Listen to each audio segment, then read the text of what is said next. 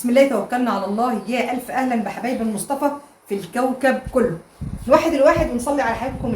تعالوا نعمل مع بعض حاجة بسيطة جدا ولادنا بيحبوها قوي، مش مكلفة خالص، وحتى هم الولاد نفسهم اللي ممكن يعملوها بإيديهم لو انتوا علمتوهم ازاي يعملوها.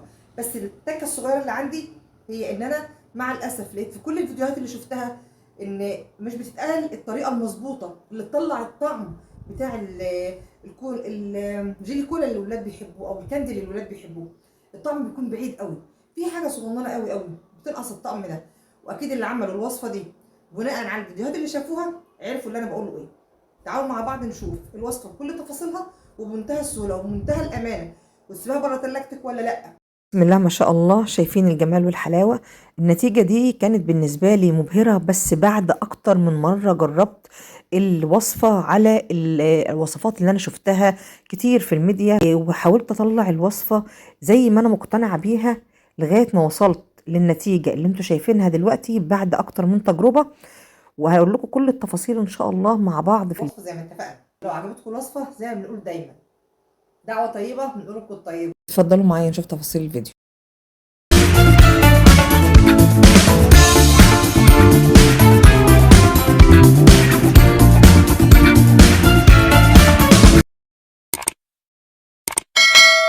بسم الله. عندي دريم فراوله، هاخد باكوين منها. بسم الله. انا عندي الباكوين اهمت.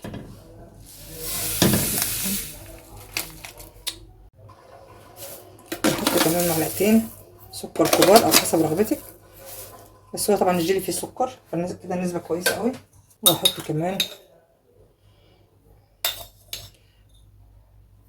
لكل باكو جيلي معلقه جيلاتين كبيره وربع.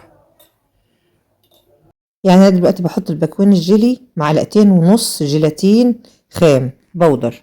هنحط بقى كوبايتين ميه في الباكوين الجيلي عشان احنا طبعا عايزينه تقيل جدا. بسم الله. 1 2 ادي كوبايتين الميه، وهنقلب الكلام ده كله على النار لغايه ما يدوب تماما. نتاكد ان ما عادش فيه تكتلات من الجيلي ولا الجيلاتين. خلاص كده كل الجيلاتين والجيلي والسكر وكله ده مفيش اي تكتلات عندي على الوش، بس هسيبها تاخد غلوه صغيره جدا وبعدين اخدها افضيها، بس اسيبها تبرد شويه برضه، يعني هسيبها تغلي الاول شويه ونشوف مع بعض. انا الرغوه اللي على الوش دي هشتغلها دلوقتي وهسيبها لما تبرد وهشوف هتفضل رغوه ولا لونها هيرجع زي ما هو. الإضافة المهمة اللي عندي دلوقتي هي ملح الليمون، هضيفه أولا عشان يديني نفس طعم الكندي اللي جاي من بره، ثانيا عشان يكون مادة حافظة مساعدة لي على تماسك الكندي أطول فترة ممكنة، ومادة حافظة ليه لو فضل بره التلاجة أطول فترة ممكنة كمان. بعد ملح الليمون هسيب الخليط بتاعي يغلي على النار دقيقة واحدة بس، وبعد كده هشتغل كل الرغوة اللي عليه وهسيبه يبرد شوية وابدأ افضيه في القوالب بتاعتي. في المرحلة دي لو عندي قوالب واسعة زي ما انت شايفة كده هقدر افضي بأي حاجة زي لبانة او اي حاجة لها بوز رفيع افضي بيها. طيب القوالب اللي عندي ضيقة زي ما انتم شايفين، بالسيليكون الضيقة دي انا استخدمت سرنجة طبعا نظيفة جدا، اشتلت الابرة بتاعتها واستخدمتها اعبي بيها كل القوالب. وعندي علبة تلاجة هعبي فيها الجزء اللي باقي عندي بدون اي قوالب عشان اقطعها قدامكم وتشوفوا النتيجة جميلة جدا. هعمل مرة جيلي مانجا كمان زي الفراولة ضفت باكوين جيلي مانجا. نفس الخطوات هضيف على كل باكو جيلي معلقة سكر واحدة بس ومعلقة وربع جيلاتين. ايوه، معلقة وربع جيلاتين، يعني الباكوين هنحط لهم معلقتين ونص جيلاتين، وكمان معلقة صغيرة ملح ليمون. ملح الليمون معايا مهم جدا كمادة حافظة بالدرجة الأولى، كمان لدعم الطعم بتاع الجيلي كولا. ضفت كمان معلقة من لون الطعام عشان يدعم معايا اللون المانجا الكويس يظهروا معايا. اقلب الكلام ده كله على الناشف وابدا احط لهم السوائل اللي عندي. هحط كوبايه ميه واحده لكل باكو جيلي، يعني انا كده عامله 3 خطوات علشان التماسك بتاع الجيلي يكون ممتاز معايا. اول خطوه ان انا خليت نسبه الميه بقت النص بالنص، يعني بدل ما احط على كل باكو جيلي كوبايتين ميه حطيت كوبايه واحده. ده اول حاجه. تاني حاجه عندي الجيلاتين ضيفه لكل باكو معلقه وربع جيلاتين على الجيلي بتاعه، فدعمت التماسك بتاعه. اضافة ملح الليمون طبعا بتفيدني جدا في التماسك كمان. الخليط بتاعي اللي ما بارد جدا زي ما انتم شايفين لونه بقى جميل قوي قوي، كمان لما بيتفضى بيكون مانجا مانجا يعني ما شاء الله. بعد كده هبدأ افضيه كله في القوالب السيليكون. انا مستخدمه قوالب السيليكون اللي عندي للونين المانجا والفراولة مع بعض، عشان اقدر اخد من كل الاشكال في اللونين، واسيبهم لما يبردوا خالص وادخلهم التلاجة على الاقل 3 ساعات، وبعد كده اخرجهم من القوالب وابدا استخدم القوالب لبقيه الالوان اللي انا هستخدمها والاطعام التانية. بقيه الاطعام كلها بنفس الطريقه. الاناناس طبعا ما ضفتلوش اي الوان، لكن التفاح الاخضر زودته لون طعام اخضر عشان يدعم معايا اللون، وكملت كل الالوان بنفس الطريقه والخطوات. فضيتهم في قوالب وبقوا جاهزين عشان اقدمهم لحضراتكم بعد ما جهزوا خلاص. طبعا نبدأ هنا بقى نفضي القوالب بتاعتنا زي ما انتم شايفين. بسم الله ما شاء الله تبارك الرحمن، التماسك بتاعها ممتاز جدا جدا. الصلابة حلوة قوي، وطعمها كمان إضافة ملح الليمون مقربة الطعم جدا جدا من الكندي اللي بنجيبه جاهز أو الجيلي كولا. طعمه قريب قوي بسبب ملح الليمون.